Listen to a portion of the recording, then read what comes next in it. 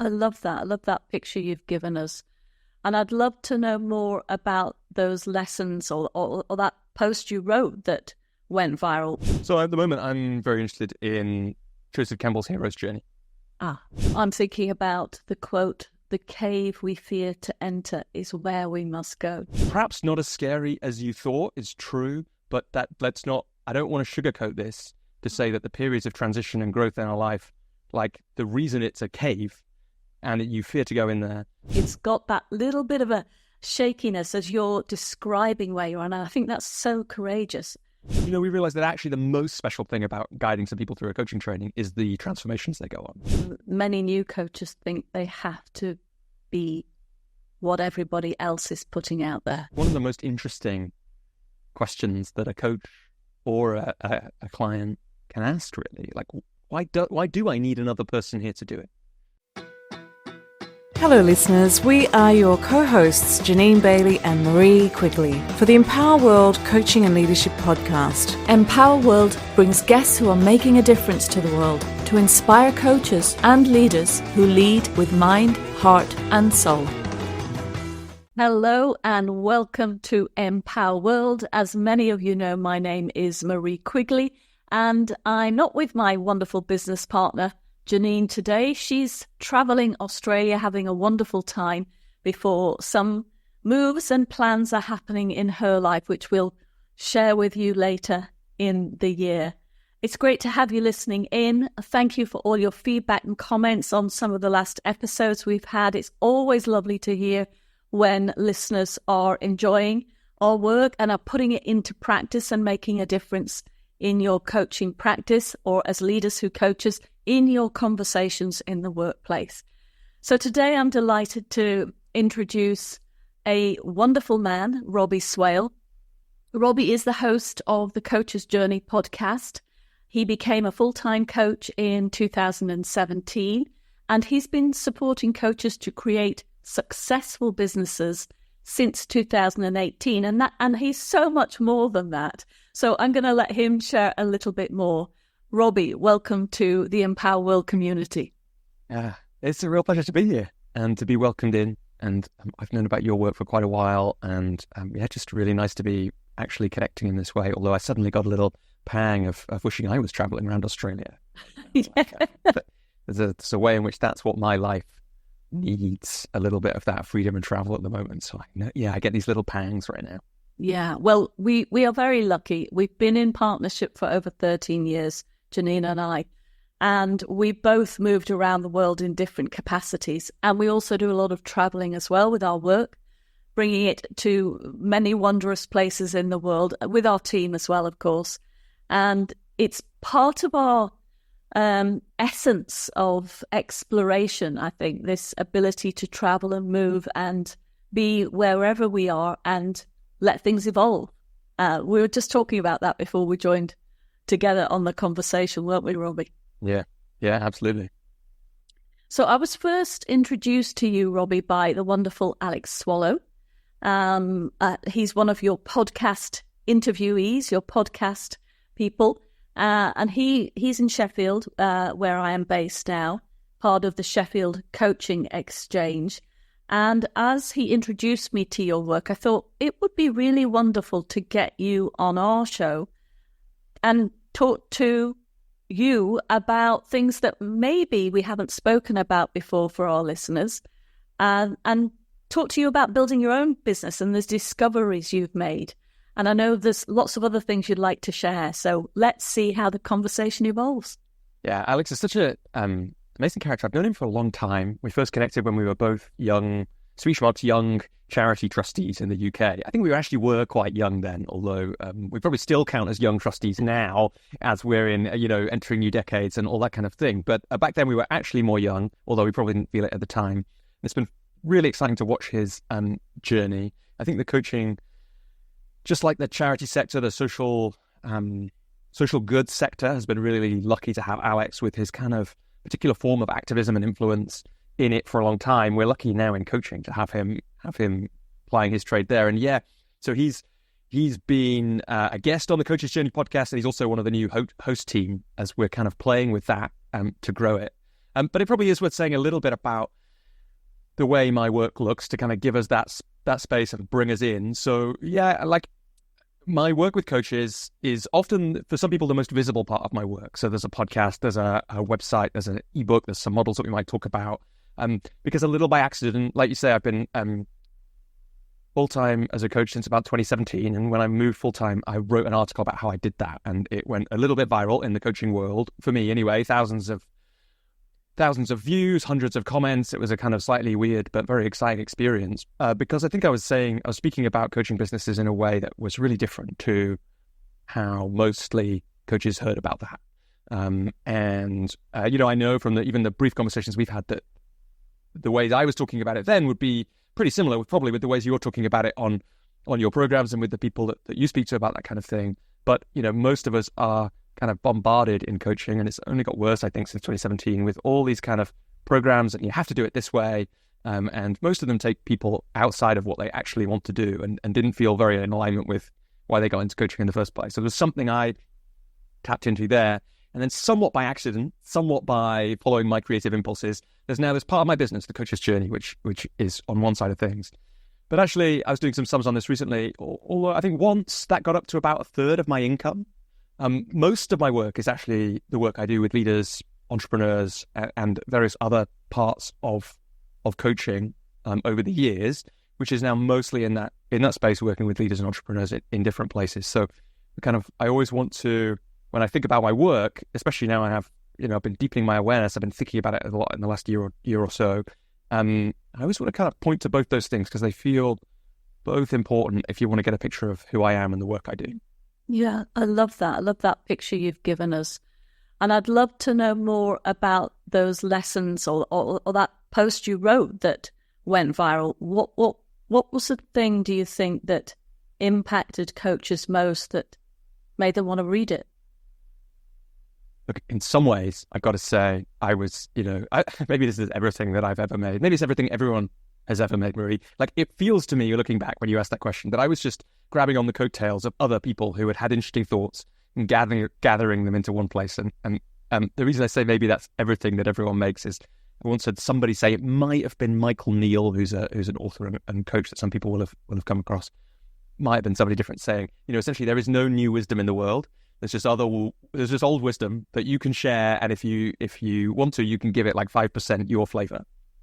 So I definitely felt that what I'd done is I'd collected a load of interesting thoughts from people who'd been influential, including the people that had trained me as a coach, including I was quite influenced by kind of my first coach, who was a guy called Joel Monk. I think separately I'd been introduced to The Prosperous Coach, the book written by Rich Litvin and Steve Chandler. So the kind of principles of that were very much in that article. But then I shared it with my flavor. And what that meant was you got a collection of somebody who's actually on the ground doing these things, not like Rich Litvin, for example, who, by then he'd been coaching for a long time. And so you can read his book, but it's very easy when you read somebody's book who's got a really large looking business. Now, it's worth saying large looking, I think in Rich's case, large, but I definitely think my business looks larger from the outside than it probably is. And I think that's worth saying. But, it's very easy to dismiss what someone's saying if it feels like they're a long way away from us. Because it's all right for Rich Litvin to say this, but, what am I going to do? I don't have any network. I don't have any whatever. I can't do whatever it is. And instead you had this guy who came from the charity sector in the UK who had seemed to have genuinely just built a coaching business by essentially invitation and referral through conversation. So just through connecting. And then, playing some games and being serious and taking action. But I think especially in those days, and I think it's still true, like the place I try and occupy for coaches is, ambitious, interested in mastering the craft, but also like ordinary success. I've never made £100,000 in a year.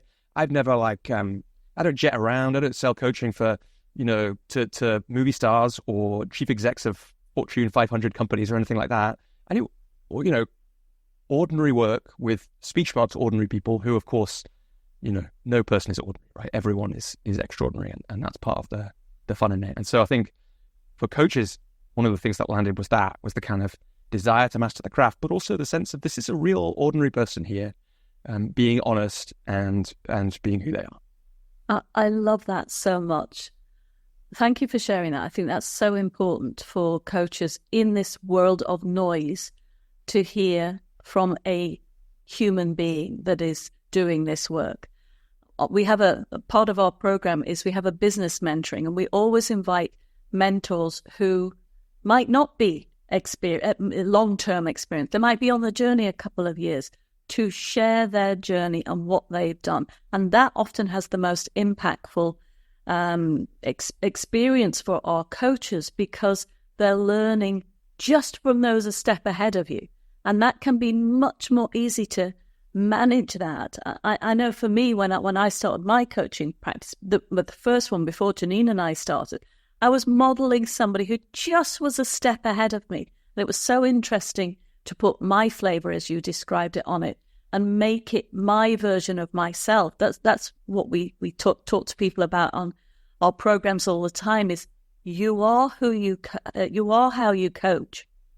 You are the person that people are buying, as well as your experience, your credentialing. So turning up in an authentic way to this work, in a real way, in an honest way, is refreshing. Absolutely. And I know people can check out that article. I think it's on the Coach's Journey website, and on my website it's called something like how I tried to give it. I was really playing with the edge of marketing as well at that point for me. So it's got a kind of clickbaity title. But I was like, I realized, which is how I became a full-time coach less than 2 years after I'd started my training. But it was like, I remember that being quite edgy as well. But it was also true. You know, I was really trying to catch like, oh, there is a thing I've done here that if you write it in the right way, does sound extraordinary. And to me, at least, and to some people who were doing it. And I couldn't agree more. Like, I know that lots of coach training providers do this. So I trained with a kind of startup coaching school at the time, where the two founders, in the end, they decided that wasn't the path for them, and they kind of mothballed it. Although Mike and I, we used the content a couple of years ago with a consultancy company to train them all to be coaches, and it was great stuff. So it's great to get back into it. But one of the things I loved on that is my friend Mike, who was one of the founders of the company. He did the first cohort, so he came from an events background, and so was bringing that side of the business to the business, and he did the first cohort, and I was on the second cohort, and he was there as an assistant trainer. And it's a great, and I know lots of, many coaching schools do that in different ways, but it is an amazing thing to have, because, yes, one thing to hear, like one of the trainers is called Phil Bolton. He was the founder of the coaching school, and I might have mentioned him already, and he was very influential on me, but it felt unachievable. Of course, what's funny is now I probably make, about the same amount of time into my business. What seemed impossible that Phil was doing at the time is probably like almost exactly what I'm doing now, at almost exactly the same amount of time in terms of money and lots of other things. But having Mike there as that intermediary was so useful, just to get his sense, just that reminder of, the humanity of it, right? And how, somebody who's gone, and most people who teach on coaching programs are amazing at connecting to somebody for whom it's completely new, but to have somebody for whom it's still pretty much completely new there is, I found it invaluable, really. Yeah, totally agree. And thinking about how you've developed then, I mean, I know you've got this interesting concept of the flywheel that you've developed, and this lovely other values-based work that I'm really interested. I read your blog about it, Leading with Honor, and it struck such a big chord within me. How has that linked with developing your practice? Yeah. So one of the things that happened to me quite early on in my coaching practice is I had received the message that my own coaching was a vital component of the journey for me. So I received it from Rich and Steve Chandler in the Prosperous Coach. I kind of felt it. I'd seen it in different ways. They gave us coaching from a coaching school graduate on the program that I did, which was such a useful thing to do, because many of us came to the program without experience of being coached ourselves, and instantly, for example, I once did some group mentor coaching, more supervision, I suppose, with some new coaches. It was supervision, because what we were talking about was all these questions they had about the business of coaching, and I realized none of them had ever bought coaching. And all of their questions would have essentially been answered by the personal experience of, because once you've bought coaching once, you can think, well, how would I like to buy coaching? How would I like to have it sold to me? Was that person too pushy? Or were they not actually, probably more common for coaches, not pushy enough? I felt a bit all at sea, and I didn't know what was going on, and whether they actually wanted to work with me, or like how it actually works at the end of 45 minutes or an hour, whatever it is. So that buying of coaching really landed for me. So people who have looked into my work a lot will know that a lot happened for me in those early coaching engagements. So like I say, one of the first coaches I worked with was a guy called Joel Monk. So he runs a coaching training organization called Coaches Rising that many people may have come across, really worth checking out. And so what happened for me as part of that was that what emerged from my coaching were gradually, with Joel and then later with other coaches, Katie Harvey, a hugely influential coach on me, were these creative projects. Well, like there's a thing here that is in some way calling me. And so in a way, that's how all these things, the coach's journey, now leading with honor, which is quite a new idea in the last couple of years and really freshly in the world in that blog that you mentioned that I shared with you, they really come from that. So in essence, for me, they mostly come from this feels like an important thing to work on. And for me, that has always been a much more satisfying and safe way to invest my time, because if it's of deep value to me to explore the concept, for example, of leading with honor, then actually it doesn't really matter whether that creates 10 clients to work with me on honorable leadership or not, because the exploration over the rest of this year, 2024, which is kind of my plan, is to explore that idea further of leading with honor this year through writing. That will be of value to me, regardless of what happens. And that saves me from the risky business of obsessing about the action we take directly leading to clients in some way when we're building a coaching business. Because then if we don't get the client that we want or the number of clients we want, the time feels wasted and the thing looks like a failure. Whereas actually to me, those things, the flywheel was a little more tactical. It was a little bit more, I've got this idea, I want a little bit more infrastructure, what would we call it, like kind of income ecosystem in the coach's journey in order to enable the podcast to continue, because we're kind of looking at that more as a business in itself. But even then, it's like, there's a thing here, there's an idea, it kind of needs to be in the world. And that's really how it fitted in on. And I have this idea, I don't know if this is true, that when coaches are starting out, we sometimes get confused about why coaches often do a lot of creative things. So I think it could be that lots of coaches have blogs because it's an effective way to get clients. Well, I haven't really seen that be true. My feeling is, if you're interested in coaching and you're around it long enough, then something emerges from our own work, which involves creative expression, because essentially I believe all humans are creative. And then a bunch of that creative expression shows up in writing, because it's an amazing platform that we can do. So it looks on the outside like, so it might look like all successful coaches have blogs, but it's people make a causation error. They think it's because they have they have blogs, therefore they are successful. But in fact, they have coaching, therefore they are successful, and therefore they have blogs. That's an extra idea. I don't know where that came from today, but to put it to the core. Yeah, how interesting that. Which comes first, the chicken or the egg, is what's coming up for me. Yeah, exactly. Which comes first, the blog or the successful coaching? Yeah. And you intrigued me when you talked about the feeling, that you had this feeling. And how do you know when you want something creative to emerge? What happens inside you, Robbie?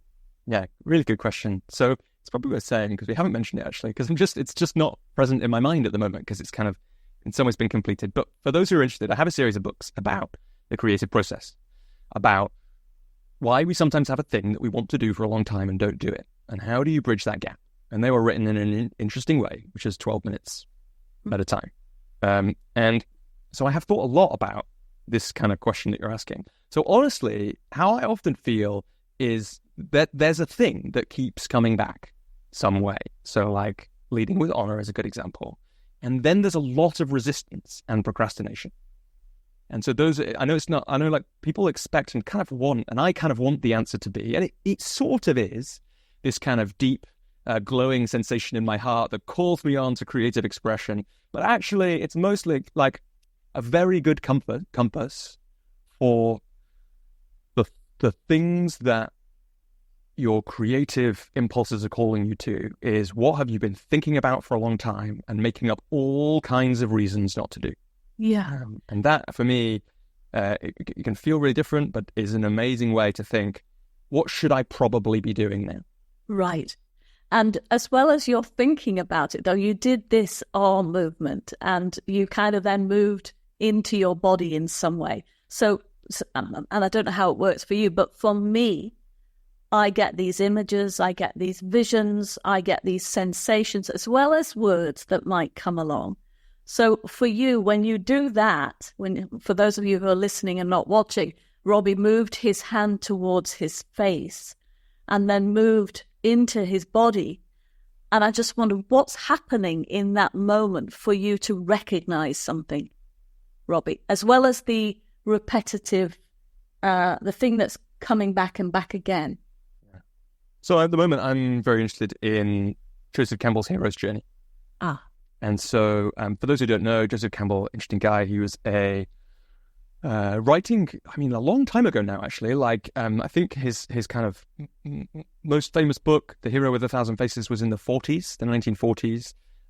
So interesting guy with a very particular time that he was able to kind of, learning a bit about his story, dive into the myths from around the world. But one of the discoveries he made was essentially that there is across cultures, there seems to be a set of archetypes which form the stories that most cultures hold as important.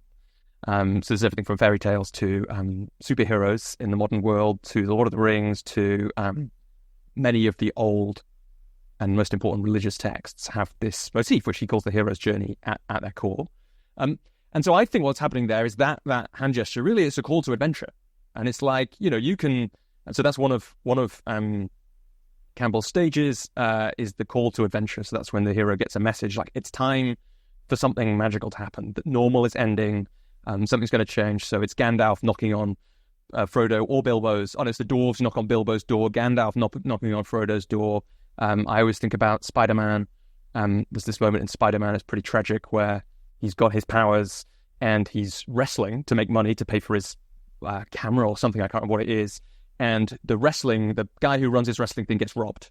And the guy shouts out, Spider-Man, stop him. And he could stop the robber and he decides not to because it's not his job.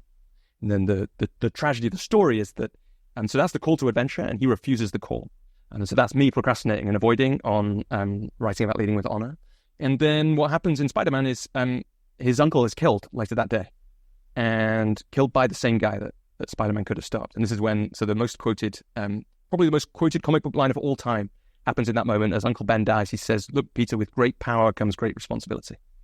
And then he dies, and there's the second call to adventure, right? So it's like, okay, now I have to use my powers for good. So I think in some ways that gesture that I was doing is the call, and different people will have different ideas and be comfortable with different language about where that call is coming from. Some people would say God. Some people would just say, oh, it's just my intuition. Some people would say the universe is asking something of me. Creative expression, like there are all these things that are there. And then the thing, in terms, just to land, the thing that I've noticed, so the time when so there are ways that I've learned to listen to the intuition of, like, to hear it in a different way, like if I slow down with it, to hear it beyond the procrastination and resistance, although I still find it to be an incredibly powerful tool. The time when the sensation really comes to me, when the things change in my body, is actually after action. And so I think of it as, that then comes the kind of rush of creativity for me, or I sometimes think of it as the feeling of courage, right? Because to actually, again, to use another Campbell phrase, to cross the threshold, like once you've kind of gone beyond in the adventure, the place where you can never go back. So this is like, one of the absolute beautiful bits in the movies of Lord of the Rings. They handle it so well. I think it's Merry and Pippin talking to each other, and they're just about, one of them says, if we go one more step, we'll be further from home than we've ever been. And they kind of know at that point, if we take this step, there's really no way back. This will be the greatest adventure of our lives. Like, even if we turn around after one more step, but of course they don't. They go off to Mordor and what have you. But so you get that once I think when we are creating, certainly for me, once I cross the threshold into the creativity, so once the first ever blog is shared, and it's still true, but much lesser extent now, because it's not, each blog I write isn't the furthest I've ever been from home. Whereas it used to be, when the blog is shared, then something's different, right? I've become someone new because I've already crossed the threshold, gone further than I've ever gone before. And that for me is when the deep feeling, the kind of rush of courage and creativity comes. Well, how beautiful. And I notice as I'm listening to you and I'm paying attention to my own somatic responses, because that's how I work as a coach, is I notice my heart opening up. I notice my belly kind of feeling really grounded. And there's a warmth within me that resonates with what you're saying, even though my creative process is different, but your creative process is speaking to my creative process underneath who we are as human beings.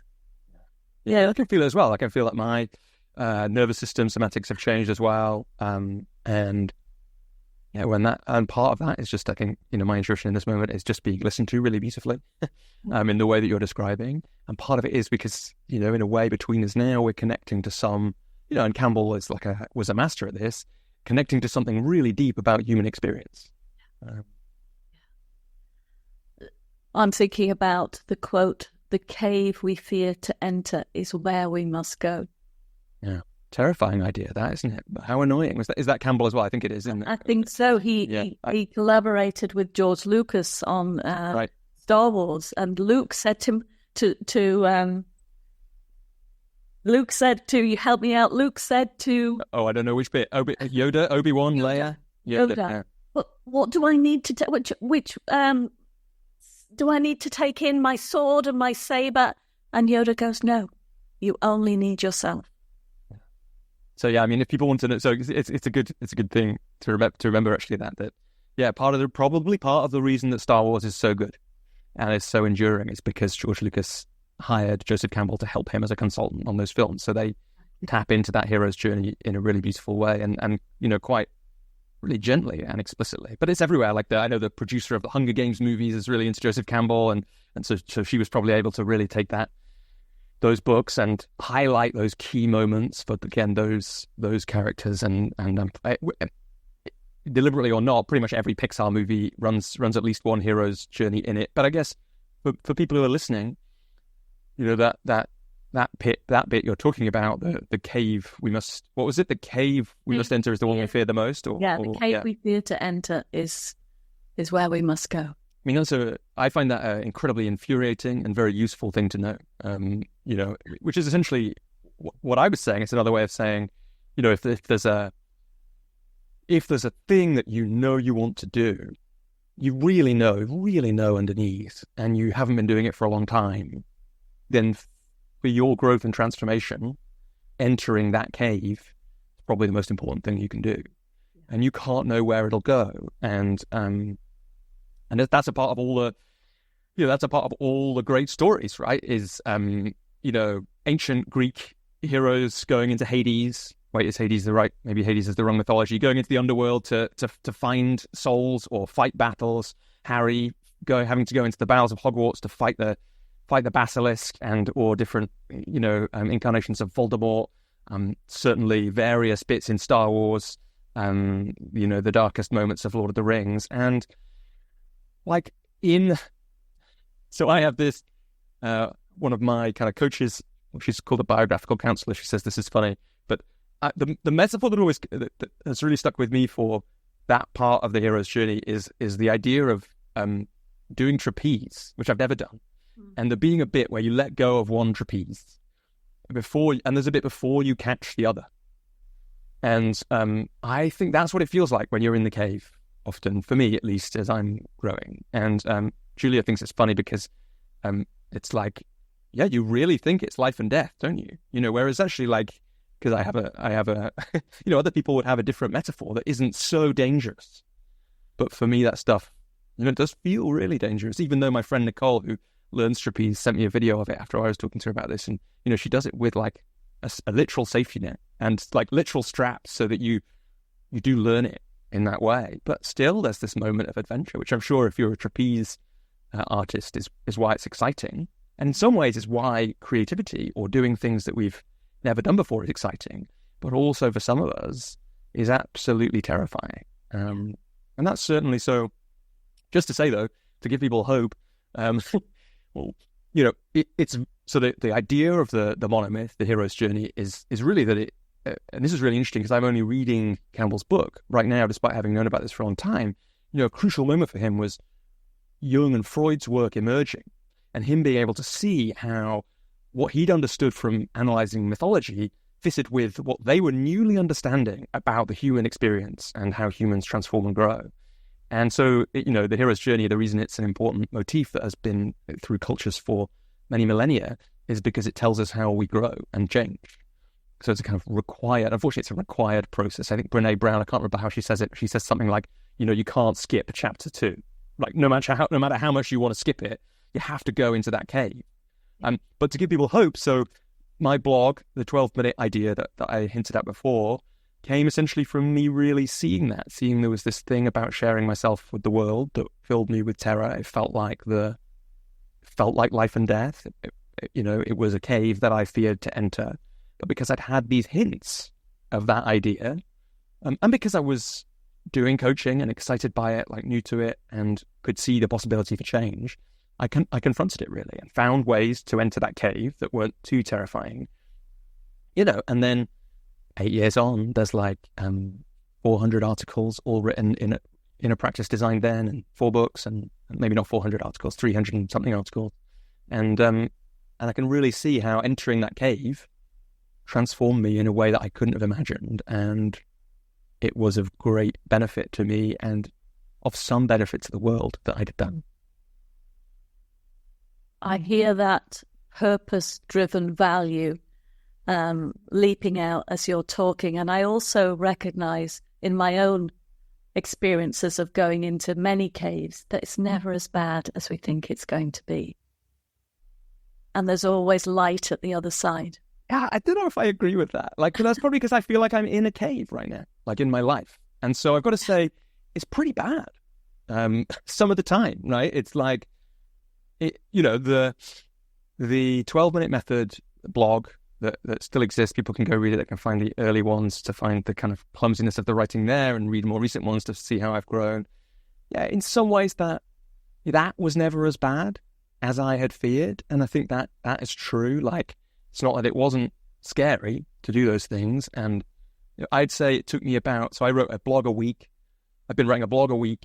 Essentially, so the 12-minute method is basically put a timer for 12 minutes on, write while it's going, stop when it stops, proofread it once, post it. And that was my way of making a game of sharing myself so that I could do it and move into the cave. That was the kind of container that I needed to move into that cave of sharing. So I've been doing that for about 8 years now. And I'd say it took about 2 years until it wasn't scary to enter that 12-minute blog cave. Or ever. So it was gradually. At first, they were all pretty scary, and then they were scary sometimes when I pushed the boundaries, and then they were rarely scary, but occasionally I would write about something, and it would be like, oh, something's happening here. And then now, it's rare that I get there. Are other ways that creativity kind of feels blocked sometimes, but it's rarely that. And so that I say that because that experience speaks to what you were saying there, and also is important to kind of say to people that, if you practice these things, they get less scary. I think that's just like a thing we can say from just the other side of that, a bit like we were saying before. That's useful. But in terms of perhaps bigger transformations, like, I guess I'm in one. In some ways, I'm in one now. It's not. I mean, in some ways, this could just be a high pressure period of life in different ways. But perhaps not as scary as you thought is true. But I don't want to sugarcoat this to say that the periods of transition and growth in our life, like the reason it's a cave and you fear to go in there, and it's represented by a giant snake, which is personifying Lord Voldemort, in that story, is because it's painful and a bit scary sometimes to be in that transformation. And I think I have a kind of like mythical wish always as I'm between trapezes that it wasn't like this. And that wish doesn't really help me that much. And there's probably an acceptance move that is more helpful in those times. Yeah. I don't know what comes up for you as I share that. Well, I'm paying attention to your voice as you're talking about the state you're in right now, and I notice it's a different timbre. It's got that little bit of a shakiness as you're describing where you're, and I think that's so courageous and so vulnerable. And we can't have courage without vulnerability, as we've all learned. And I think it's such a sensitive place to be in when it is dark, when it is unknown. And if we can sit with it a little bit longer than feels comfortable, that feels safe, then we, in my experience, in my own life, then we tend to be able to deal with much more than we thought we could. And perhaps that's why I said it's not as bad as we think it is. I think we're stronger than we realize when we're in it, if we stay in it. It's when we step back out of it and think, oh my God, I have to go back in there again, that it feels more terrifying. But if we have the courage to stay, then I can breathe in this place. It's dark. I can feel my body in this place. It's dark. I can hear myself in this place. It's dark. And I'm pretty awesome for being able to stay here. And look, I don't think anyone will look back on their life and think, I wish I'd just run away from that cave a little bit sooner. I mean, that might be my values coming through, right? Like, courage is a huge value for me. And so it may be that just like, I just really admire people who face the caves. Yeah. And I think you're right. I think so. There's a nice, Robert Holden has been a kind of mentor or inspiration to me at different times. I heard him say of the hero's journey once, it's something like, so the reason I think you're right that it's never as bad as we think is because, like, essentially as we look at the cave, it's a real fear of death that we have about it. And what Robert said is, that's because it is a death. Because the part of us that goes, the you that goes into the cave isn't the you that comes out. The you that goes into the cave dies. In some form, it's the caterpillar that goes into the chrysalis, right? It doesn't exist once it comes out. It goes in, becomes mush in the cave, and it will never come out. And that's a terrifying thing to think about for most of us. But it's a part of life, and it's why you get a bit like why I don't think people really. This is not true. No, I think what I said probably isn't true, that no one regrets going into the cave. Sometimes we don't want to go into the cave at all, but some illness or breakup or job loss or death kind of forces us into a cave that we were trying to avoid. And most of us would never wish that kind of thing on somebody else. But often, and there's definitely been times like this in my life, when we look back, it's like I wouldn't wish that experience on anyone. I wouldn't wish how I felt on anyone, let alone younger me. And I'm glad it happened, because here's what I came out of the cave with. And that's to complete the hero's journey, to give it the kind of optimistic slant, which it definitely has. What happens is you come out transformed, the hero of the story, and you, in the end, take some wisdom or abundance or newness back to your community and life. Yeah. And so that's what's possible. We go into the cave, we transform somehow, and that us that transforms comes back. And that is important to say. So maybe, yeah, so I think it's probably we're playing in this cave in some ways, aren't we? And there's both things being true there, I think. Yeah. And for me, it's a remembering who we are. When we're in the cave, it can be so. I notice my heart's beating fast because I'm thinking back to a recent time I've been in a cave. It was awful, yeah. And yet there were parts of me I remembered that I hadn't been in contact with for a long time, and reconnecting to those parts of me were the most powerful experience for me, because it allowed me to be fully more of who I am. And some of the reasons I think, I don't know what you think, Robbie, but a lot of reasons why people don't want to go into the cave and change from that chrysalis into that butterfly is because it also impacts other people. And many people don't want that change to happen because it's also a reflection that maybe they want something in their lives and they don't want to let go. They like you as a chrysalis. Please stay as a chrysalis. Don't bloom, because what does that mean for me? And if we go back to values, many of us are living our values based on other people's desires for us. So when we're in the cave, Brené Brown talks about how do we hold our values to show us the light in the cave?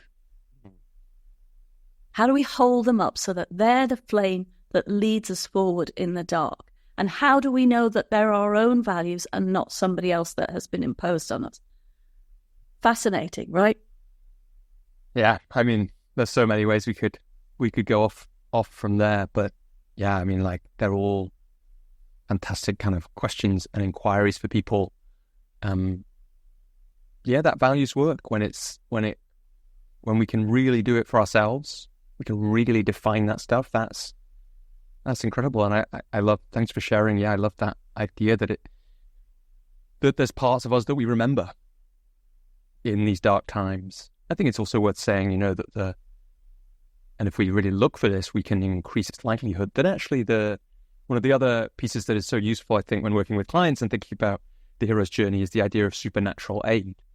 So the idea that I always think about, it's George Lucas, so it might be that it was Campbell inspired. There's a fantastic bit in Indiana Jones and the Last Crusade where people who see it will see this flash into their eyes now, because it's such a memorable scene. He's trying to save his dad who's dying, and he has to solve these clues really fast. And one of the clues is something like a leap from the lion's head will, I don't know, reward a faithful man or something. It's not exactly that. I'm butchering it, but he Indiana Jones steps forward. And only when he steps forward, I don't know, he solves it by throwing some gravel across it, but basically he steps forward off a precipice and there's an invisible bridge there that catches him. There's a beautiful metaphor for it, that sometimes those things are kind of really ready for us when we step. Yeah. And it is the ordinary journey, because as you mentioned earlier, we all go through our long, beautiful life if we have that privilege. And even if we have a shorter life, we are facing some kind of challenge that we have to step into, whether we like it or not. Yeah, well, and I mean, I think this is arguable, but feels true to me in my felt experience. Campbell, and I've seen it with other people as well, Campbell says something like, you can refuse the call to adventure. And what happens is essentially you feel less and less alive the more and more you refuse the call.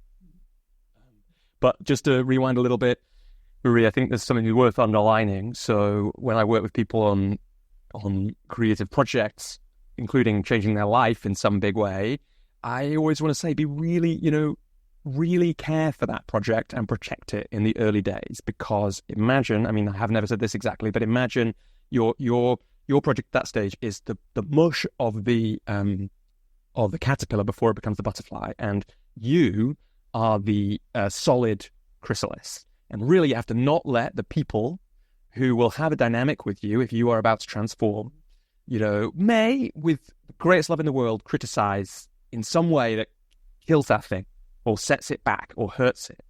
And definitely we see this with, I've seen it with coaches I've worked with, it's like, really helpful parents or partners saying, are you sure this is going to work? How are you actually going to make money out of this?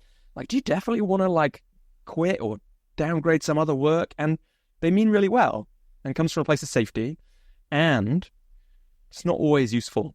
And the same can be true. You also see the fear showing up with people, especially coaches. It's like, I don't want to speak to the people who I already know about this because I'm afraid of what they're going to say. And then maybe because there's some real stuff there. People see you transforming. It's confronting. It may be showing them, I refused this call. I'm refusing my call to adventure all the time, and you accepting yours may be confronting. Yeah. So I think we have to be gentle with ourselves, gentle with others around these things. Yeah, Janine and I always say on the final day of training, when people have completed their training with us, be gentle on those out in the world that haven't discovered what you've discovered. Yeah, it's a really hard thing, because you want to be evangelical about this. But actually not everybody is ready or wants to hear your experience of, transformation. If you want to use the wisdom that you've learned. So everyone who goes on a coaching training, pretty much. So me and my friend Mike, when we resurrected the coaching training a few years ago, we realized that, and you will have seen this so many times, we realized that actually the most special thing about guiding some people through a coaching training is the transformations they go on. So it's much less about what they do with their coaching as a business or a leadership tool. And for us anyway, the special thing was just looking at how each person, we knew this would happen before we did it, and then we were able to watch it, how each person who really engaged changed their life, right? And changing their life means going essentially on a hero's journey. And as a little aside, that's, I think this is why people, I've seen so many times, seem to freak out like halfway to 2/3 of the way through a coach training or a coaching engagement, right? That's because that's the cave in some way happening for them at that point. So everyone goes on this hero's journey, and then you come to the end of it, and then you've got to take what you've learned back into the world, but you've got to take it back into the world in a way that the world can hear. And I love what you say at the end. I've been thinking a lot about the Chronicles of Narnia recently, because I'm pretty sure I haven't actually read them for a long time or watched any movies, but I'm pretty sure what happens is in the first book at least it's the four, or the first few books. In the first book at least it's the four of them, isn't it? Peter, Susan, Edmund, and Lucy go into Narnia through the wardrobe, and in the end, what happens, as I remember, is that they live into old age in Narnia as kings and queens of Narnia, and then at the end of it, they come out of the wardrobe, and they are little boys and girls again. Then they have to go back to being a little. Imagine that, right? You've been a king and a queen for decades, and then you come back and you're a little boy or a little girl again, but you're in the real world. And I remember it being, as a little boy reading these books, it being slightly tragic later on when, so amazingly written, when one of the younger ones, or there are some other children later in the series who essentially go to Narnia, they meet some of the older ones. They meet maybe Peter and Susan, who are the oldest two in the first book. And they're kind of detached from it. They kind of still do remember what it was like, but they've had to grow up, right? They've had to go into the world and be an actual adult in the real world. And the symbology of that is incredible. And we do need to remember it when we're coming out of something like a coaching training, that not everyone has been to Narnia, right? And in fact, it won't even be the same for you. This is quite an important thing to say sometimes, especially if you go on especially if it's a work team that you've been through some massive project with, or it used to happen for me when I was a teenager. I was in a lot of school plays, and you'd have this amazing experience. You'd go to Narnia with the cast of this play, and then afterwards, you imagined that you were going to be friends forever. And some of them I am still friends with decades later, but actually it was never the same, right? There was that moment in Narnia together, and it's a bit like that with the coaching training. Like, you might stay in touch with some of these people, but you'll probably never be in a room together again. You'll almost certainly never be in Narnia again, although never say never, because some of them do go back to Narnia in book 2. But I think it's a really important thing for us to remember that, the end of the hero's journey is to bring it back to the world in a way and the community in a way that is useful for the world and the community. And so we have to be skillful with that as we do it. We do, and as we remember who we are and bring this back, it's about sharing that in our own unique way, because I can't do it like Robbie Swale. I can only do it like Marie Quigley. I can't do it like Janine Bailey. She can only do it like herself, and vice versa.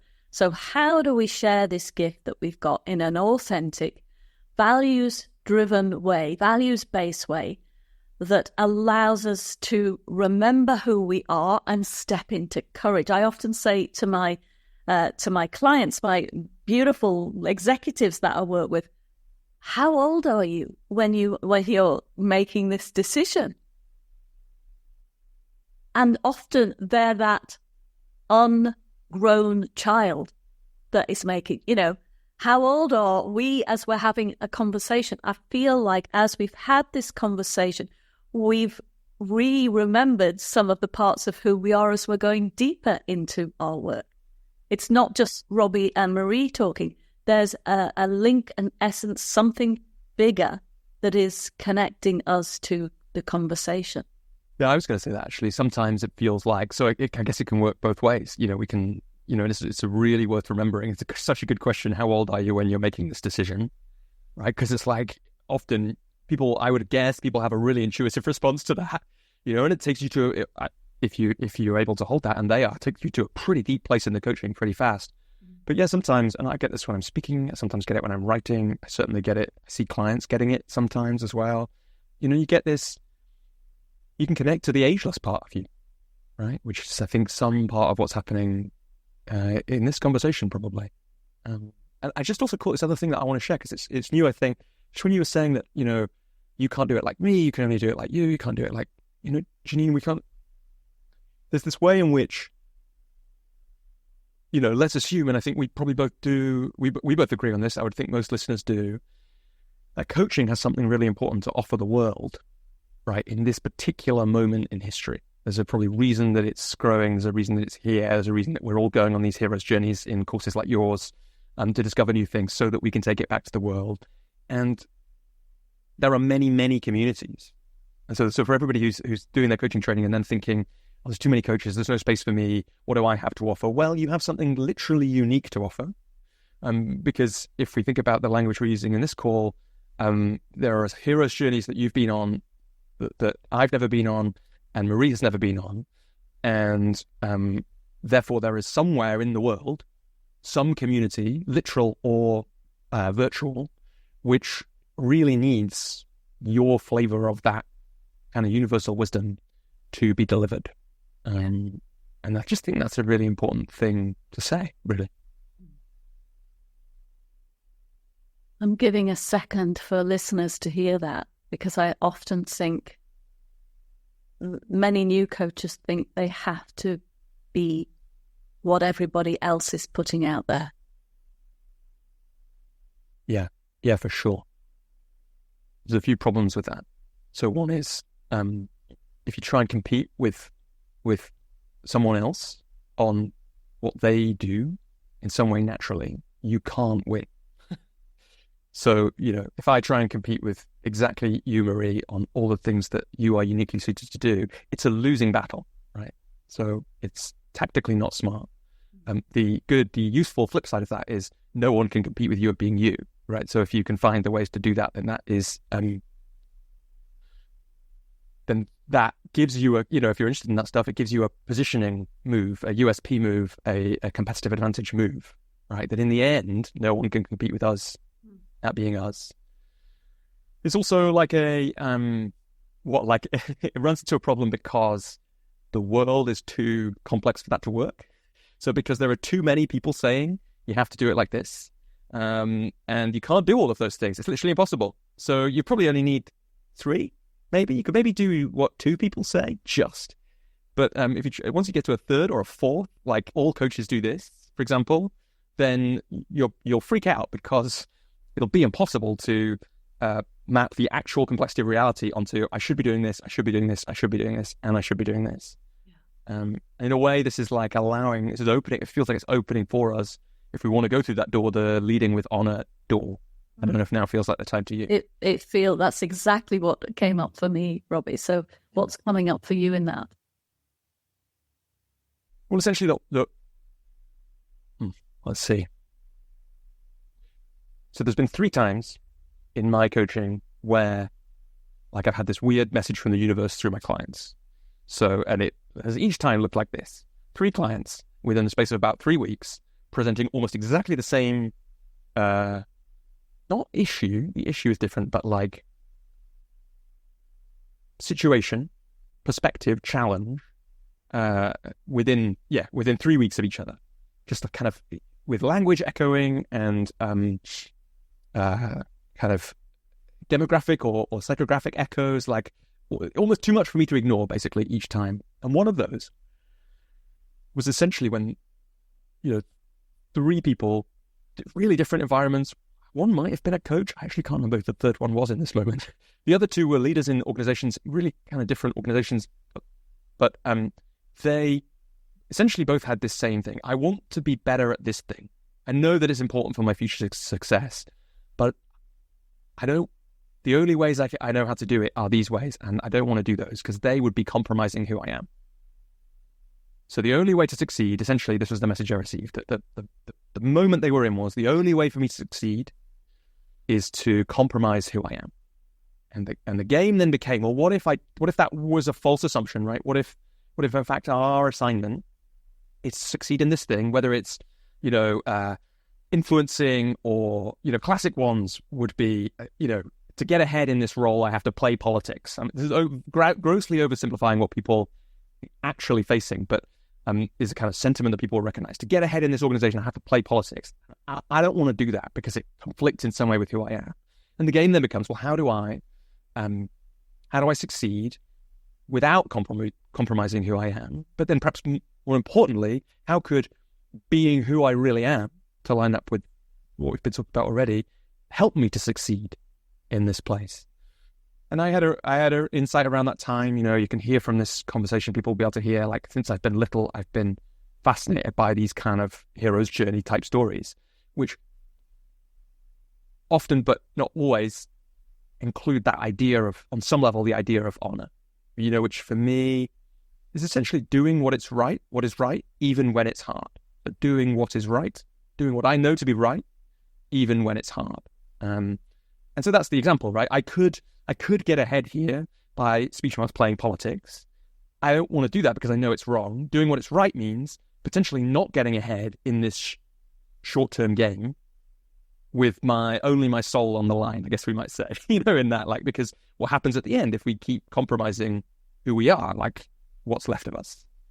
And so what I then noticed over the last few years is that that has actually been a big part of the work I've been doing. It shows up in the coach's journey work with coaches because, selling myself, the only way I know how to do that, I have some old sales stories. Selling would be compromising who I am, or marketing myself. The only way to get ahead is manipulation. And I don't want to do that. And we get locked in this bind then, where we're not taking any business development moves, any steps, because to take them would be to compromise who we are. And the game has to be, well, how can I sell with honor, so that at the end of the day, week, month, I'm at peace with myself, and yet I can still be in service and in business. Yeah. And as you share that, what's that like for you, Robbie? What's what like? Sorry, the actual sharing. Yeah, what's it like as you hear your voice and?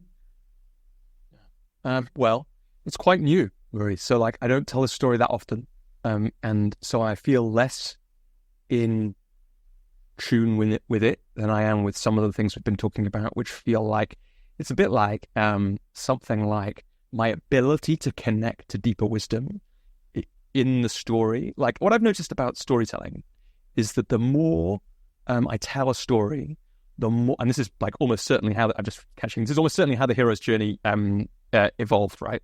Like, because the more I tell a story, the more I'm able in that story to connect to the deeper meaning in it. The more I talk about something, the more I'm able to, like, distill the essence of it. And so the reason I say it connects to the hero's journey is you probably have all these, wise men and wise women traveling between campfires in hunter-gatherer times, telling stories, distilling it, feeling in their way into it, into what's deeper in it, until you end up with these motifs of, and later on people like Goethe or whoever, they write them down, or they write them in their own way.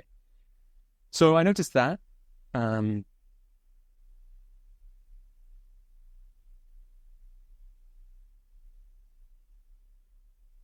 Yeah, and I noticed a little dissatisfaction, actually. I feel like somehow not sure we've managed to capture, like, what's so meaningful about it. Honestly, it feels a little shallow compared to what we've just been talking about. What do you notice? Yeah, I notice that what came up in my vision was a blue sky with white clouds and a green field that is ready to be explored, but it felt like we were at the beginning of the green field. I don't know if that makes sense. Yeah, it's nice. That's what it kind of. It could be a metaphor for where I am with it. Like I said, so I've just shared one long read article about it, kind of the origin of where this idea came from and why it's meaningful, which for me is a kind of new paradigm of business, really, that I was introduced to about a decade ago, a little more, which is partly why I find myself here, was this whole group of people who were here that is doing this kind of work, that were looking for, to really connect the idea of business to something more than money, to something, what they believed. This was on a thing that my brother made, really, called Waking Up the Workplace. You can still find it out there. It's fantastic because it looks archaic, because it's like a website from which you download MP3 files, which, every now and again I've heard him say, yeah, I just need to put that on iTunes, don't I? But it's an old piece of work, and often, it's out there doing the work. People can download the MP3s. It's not important for him to do that. But the idea of bringing together these people who thought differently, which made a real difference to me. That was like, that business can be about more than just profit. That in fact, it's uniquely placed to, especially in the age we live in, and this has only been proved more in the decade or so since then. The most influential people in the world are not just the world leaders of the biggest countries; they are the leaders of the biggest companies, and therefore the potential of business to create change. And I worked in the charity sector. As soon as I heard somebody say this, I could see how true it was. In a way, the influence that I can have, no matter how influential I get, for example, in arts and culture in the UK, is minuscule compared to the influence I could have if I was able to get around the biggest tables at Procter & Gamble or Amazon, or one of those big companies.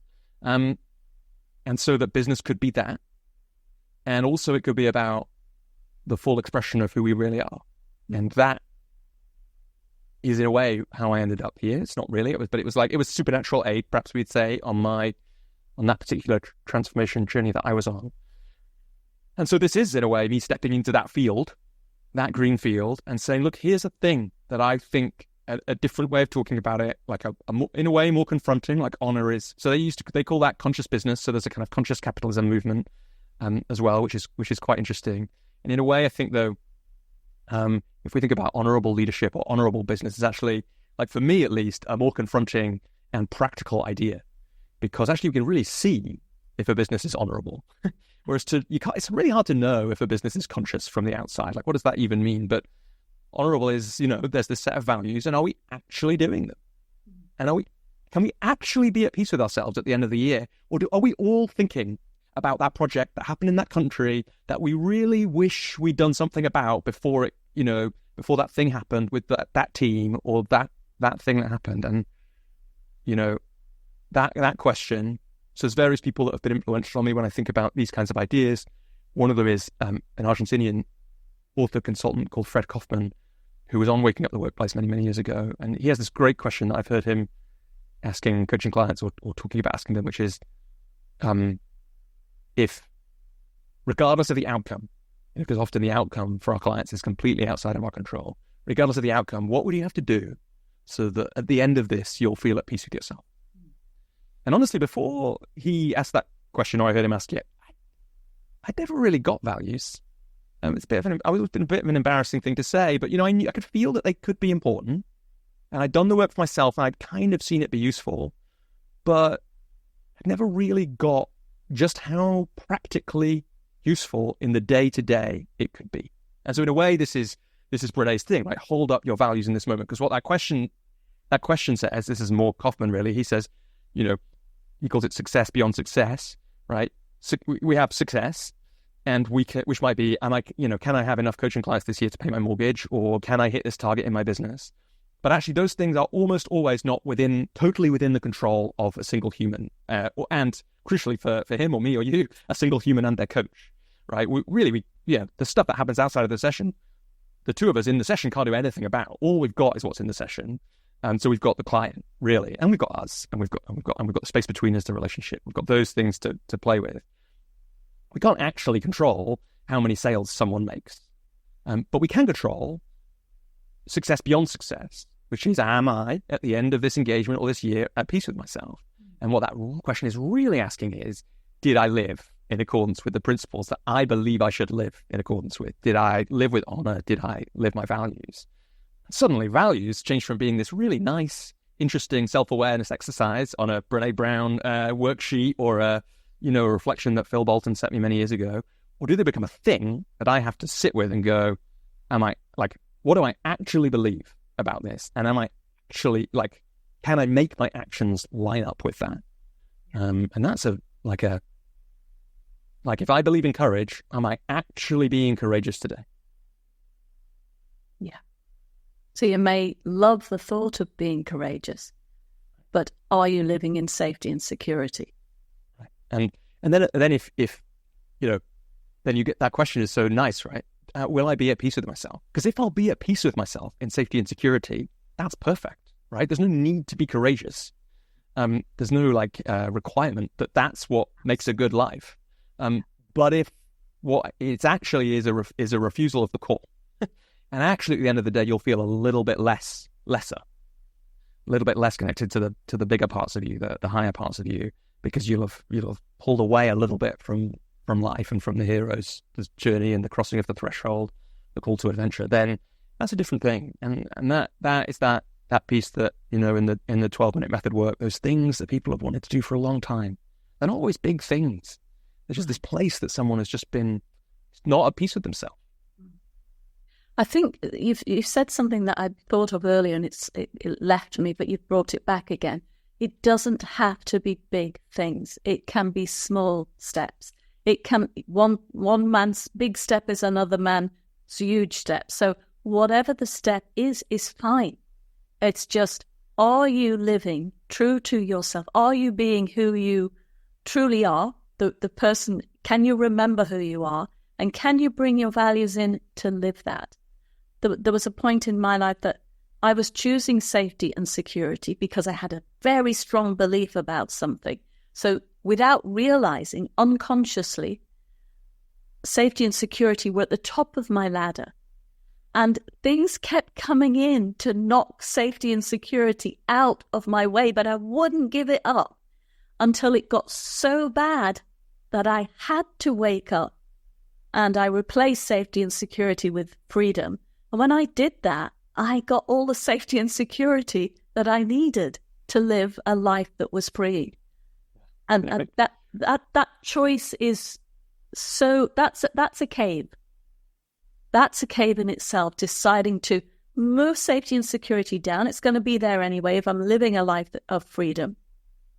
And how do I choose that every day? Yeah, so good. It makes me think of two things. I mean, there's so many things in there that's really wise, and people should just kind of skip back and listen to that again and let it sink in as well. One thing is, we have to, we can be aware of the signs. There's this joke, it's a joke / parable that I love, which is there's somebody and they're watching the weather forecast and it says there's a flood coming. And they think, oh no, it's okay. The weather forecast says, evacuate the town. And the guy's like, no, it's all right, God will save me. And then his neighbor pulls up and he says, John, come on, get in the car, we're going. It's like, no, it's all right, I'm staying here, God will save me. And then the police come past and he says, no, I'm staying here, God will save me. Then the floodwater starts to rise. He's in his upstairs window, a boat comes past. Quick, John, jump in. No, I'm staying here, God will save me. Up on the roof, helicopter trying to get him. No, I'm staying here, God will save me. Water levels rise, guy drowns.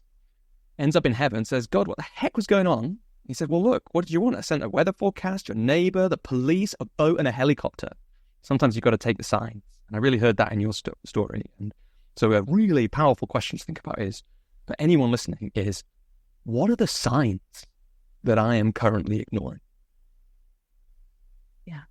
So I want to kind of hold that on one hand. The other thing that I really heard in your story then is we have this you had this kind of story that I don't know what it was. I have to hold on to stability, security, safety in this way.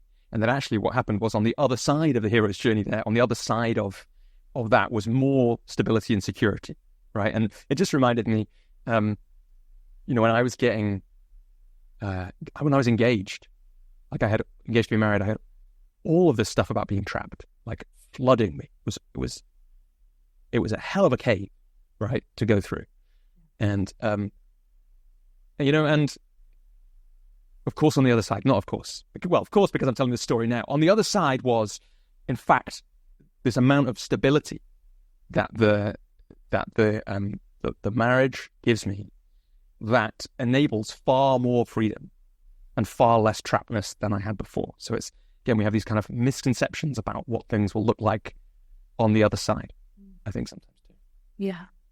And that's the joy of partnering with someone as a thinking, feeling, exploring partner, is that we get to speak it out. As you're doing in this new place, you are looking at this new project that you've got. As you're speaking it out, you said it feels a little bit uncomfortable, but you're speaking it out. So the more we do that, for me, I see things much clearer when I'm speaking it out. I can see images and visions in front of me. And that's what we do as coaches, is we help people get clear about these things. Well, a coachee yesterday said to me, why can't I do this thinking on my own?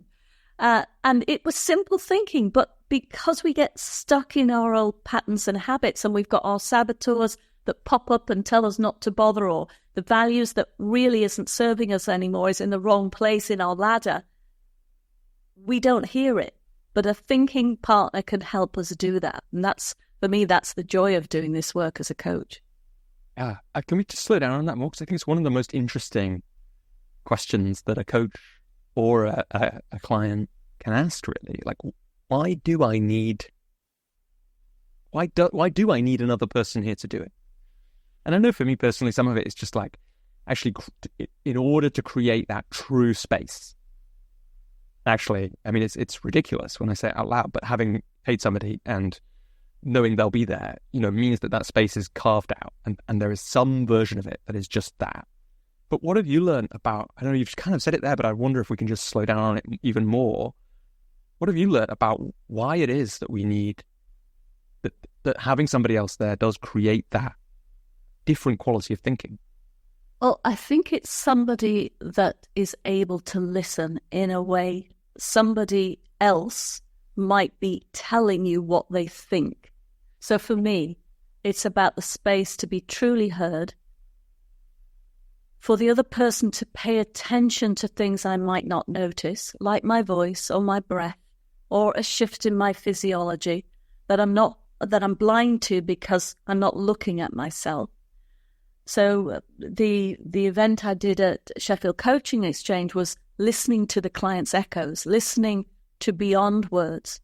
And often that, when we reflect that back to the client, it gives them a sense of themselves that they haven't seen before, and therefore things become clearer. Whereas if your friend's listening and wants to do something for you, they're going to tell you what to do. My form of coaching is non-directive. It's evolving. So there's, now and again there might be some thought, but there's very little of my map of the world being influenced. I will certainly share my experiences that I'm having as somebody sharing, because that's part of our relationship. But I believe their wisdom is greater than mine. Yeah, it's really beautiful. I got a little echo of the conversation we were having before about how the people around you may not want you to change. So I think one of the things that I heard in that is one of the beauties of the listening, the unattached listening, is also an unattachment to where this person is changing and growing and going. And so I hear that in there.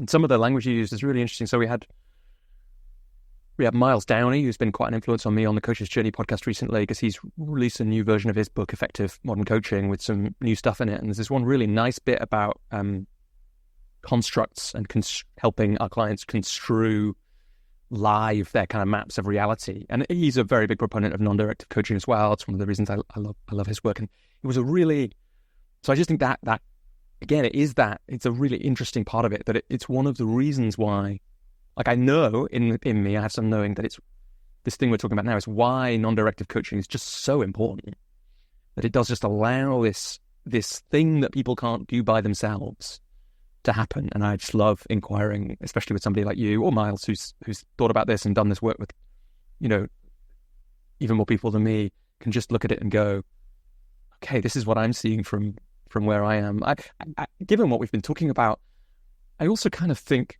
one of the things, I kind of trust those things, like you say, that you pick up, the echoes that you're hearing with your client.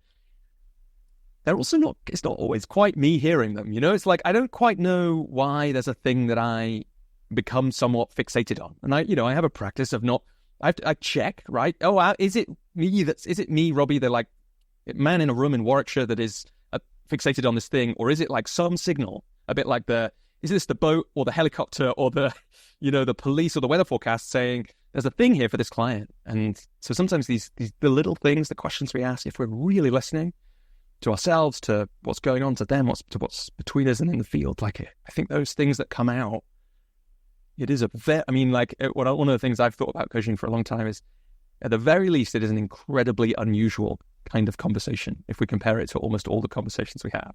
And like the way we're describing it now is just a great example of how unusual it is. Because where else am I really sitting across from somebody going, this a message from God for this person that I'm somehow, like, I'm actually getting in the way of by not just going, have you thought, not have you thought about this, more like, here's the question that's coming to me. What's happening with, like you did earlier, like something's happening with your voice, Robbie. Yeah. Yeah. It's those moments to me when I've had great coaching that stay with me, that noticing that something's happened within me that I hadn't become fully aware of until the mirror showed me. And the mirror was the other human being at the other side of me. Whereas the frustrating conversations for me are the ones when someone says, you know what you should do? I really kind of move away from that because I think I'm not quite there yet. That's your map of the world.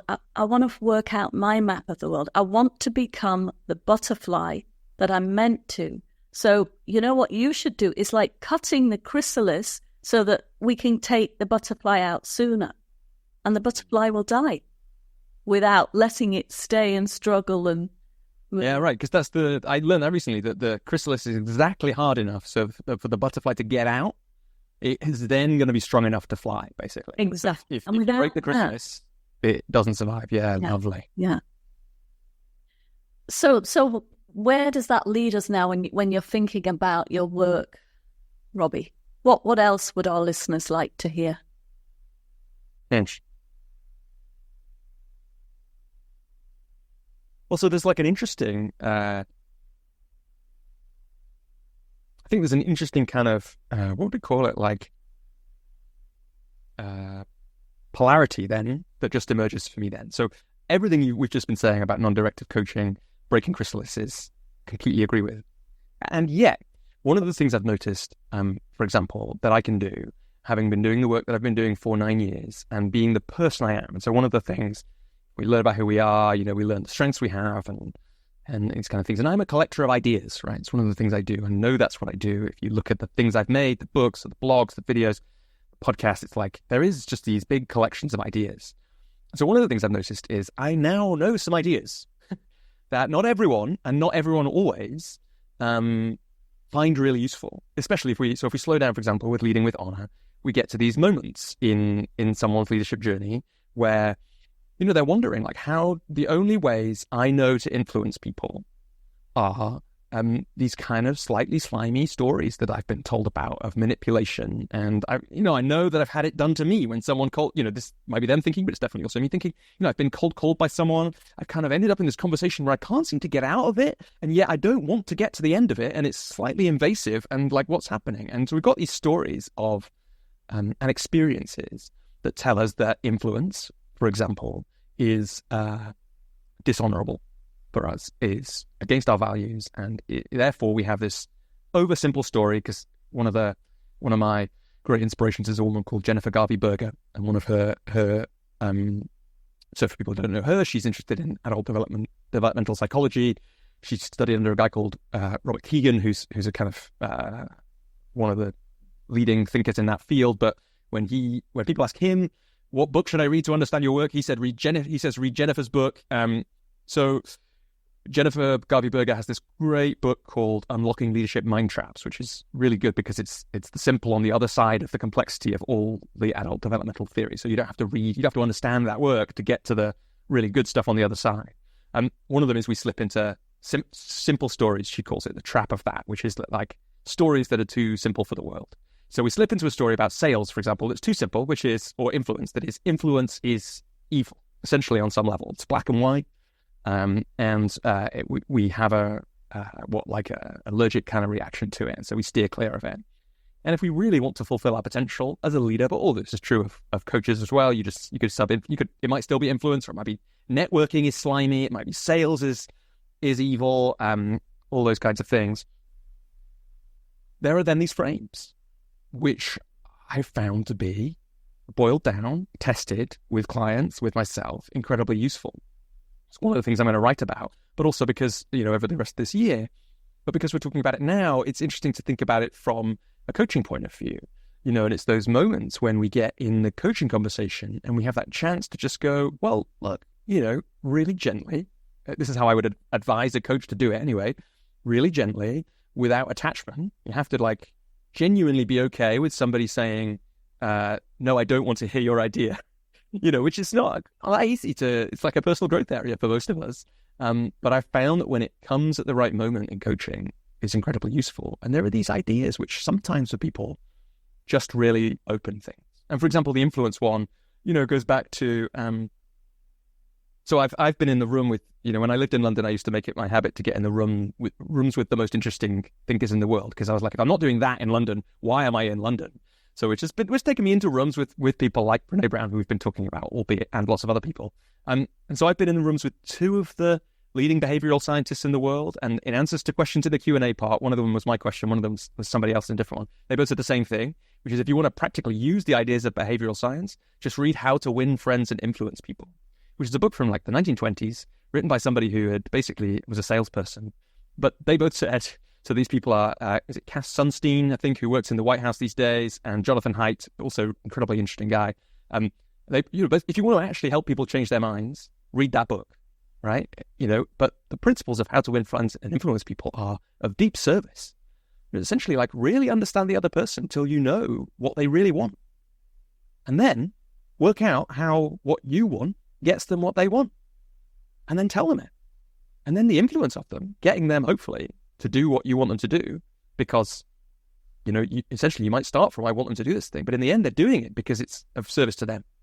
Yeah. That's like a beautiful, honorable act, according to anyone's value system, pretty much. And so instead of like manipulating someone, we're in service of them, and we're in service of us working together. And these things get bandied around, these kind of win-win situations, but you actually sink into them. Like most of our value systems are in perfect alignment with that. Yeah. These things that we have these allergic reactions to can become acts of service for us and for somebody else. And so for some reason, when you asked what's there, that idea or those ideas, these kind of frames that just can help us see things differently, be different, and come to these situations more honorably or more in alignment with ourselves. Like they're really important. Yeah, I hear you. And a coach, a wise coach, has lots to share. And so that educating your clients is part of that. That mentoring others is part of it. That's how I think about, if I've got something useful for a client, then I'm a consultant or a mentor at that moment. It's about offering a different hat if that's required. And certainly in social media, sharing or learning or training or mentoring, development, supervision, there's all that wisdom that can be shared in a different way. But when people are looking at them inside themselves, then there's no way on earth I can know the wisdom that's within them. Only they can. Peaceful. Yeah. It's always fun to, for some reason, this is what came to mind, so I'm going to share it. It's always fun to find the ways to unlock that wisdom. Just had this picture of the wisdom that looks like it's outside us. Maybe sometimes it is, like, who knows? I don't really have a belief system that allows for that, but I know many people do, and I envy them. But I just remembered a client once where we were coaching, and her dog just went like kind of nuts in the background. Impossible to ignore. Like we couldn't ignore it. So we just slowed down. It was just like, if the dog has a message for you, what's the message? And the message was like the most profound thing you've ever heard in the world, right? If I tried to guess what the message the dog was sending, I would have never done it. And when the client did that piece of work, wow. Yeah, I hear you, Robbie. I mean, what's in the system is just as important information that we need to pay attention to as coaches as what's happening in the conversation. My cat has a preferred client that he comes and sits beside on the computer screen, just sits behind it and gives it a little nudge every time she's in a difficult place. And a bird might fly in the client's window. A sound, I remember a call to prayer happened in Saudi Arabia one day, and the client was asking a really deep, profound question, and he hadn't heard the call to prayer. And I said, so I noticed the call to prayers happening. What's here for you? And he cried, because he realized there was a message in that calling for him that he hadn't heard until that moment. So yes, there's so much going on in the system. This is why listening is even more profound to me than asking questions, because sometimes we miss the moments. Well, and also, look, my friend Mike, who I mentioned before, he would always say this, questions are on the other side. Good questions are on the other side of good listening. So, I think it's right. And personally, I've always found that it's not always true, but that the moments that move me when I'm being coached, they're more often a reflection than a question. The questions unlock things in different ways, but actually, if I could go through a coaching call with my coach or with a client, and I had to do no reflection or no questions, I'd always choose no reflection. I'd always choose the reflections over the questions as a way to kind of, because it's in a way it's even purer for me. As long as it's held in that way, it's like even less of the coach. So even less of the coach, so the coach can be even more of themselves. If we remove ourselves, then we can be more of ourselves. Yeah. Yeah. I'm just sticking with that. Yeah. Yeah. So, Robbie, it feels like it might be a good time to pause. Yeah. Yeah, here we are. Yeah, here we are. So as we're closing off, I have no doubt our listeners will want to find out more about you, more about your work. How can they do that? Yeah, so look, if you're a coach, then there are a whole host of resources at thecoachesjourney.com. And that includes a podcast, as we've mentioned. It includes videos, that article that I mentioned, and many more bits of writing, lots of content. Really underneath, although I didn't say this at the start, designed to help you run an honorable coaching business, like the kind of coaching business that doesn't require you to compromise who you are. So there are the podcasts, they are like inquiry with people really into like, what did you actually do? Like real you, like what actually worked. And that's not because you should do it like everybody who has been on that show did it. And that includes you, Marie, like an episode with you is coming out pretty much exactly as we record this. But it enables you to then choose. So it's like, I should do it like this, but I could do it like this. And therefore, how do I define how I'm going to grow my coaching business in accordance with my values and the things that are meaningful to me and also the things that are my strengths and all that kind of thing. So there's loads of content for coaches there. And, we'd love to hear from you if there's other content that you would like there. And then on the flip side, like I say, that's where my content for coaches is. But my other content, which can also be for coaches, because coaches are people and coaches are often leaders, is all at robbieswale.com. You can find links to my books about procrastination and my 12-minute blog there. Huge, like I say, 300 and something back catalogue there. And also that's where the Leading with Honor inquiry will be this year. Sign up to a mailing list there, subscribe to the blog, that kind of thing. And reach out, right? I love hearing from people. You're going to add me on LinkedIn if you've got enough personalized messages. It's always nice to when you're adding me. It's always nice to hear where you people came across me. Just because if you've been on LinkedIn a while, if you have enough keywords in your accidentally in your profile, you end up getting harassed by a lot of people who just want to who sound like they are interested in you, but really just want to sell stuff to you over LinkedIn messages. And so if you're not one of those people, I'd be delighted to connect with you. If you are one of those people, I'm a bit less delighted to connect with you, to be honest. So, but yeah, please reach out. It'd be lovely to hear what stood out for people from this conversation. And particularly because it feels like we've been in a conversation at the edge of what we know. And so then it's always interesting what from that people capture or what resonates with them. Absolutely. Robbie, I've got a sense that we might be having another conversation later down the line. Yeah, that'd be lovely. Yeah, it will be indeed. Thank you for your time. I'm so grateful for you sharing your wisdom, being here, allowing us to explore together. And I found it profoundly interesting and a wonderful an hour and a half of my time to share with you. So thank you so much. Yeah, you're very welcome.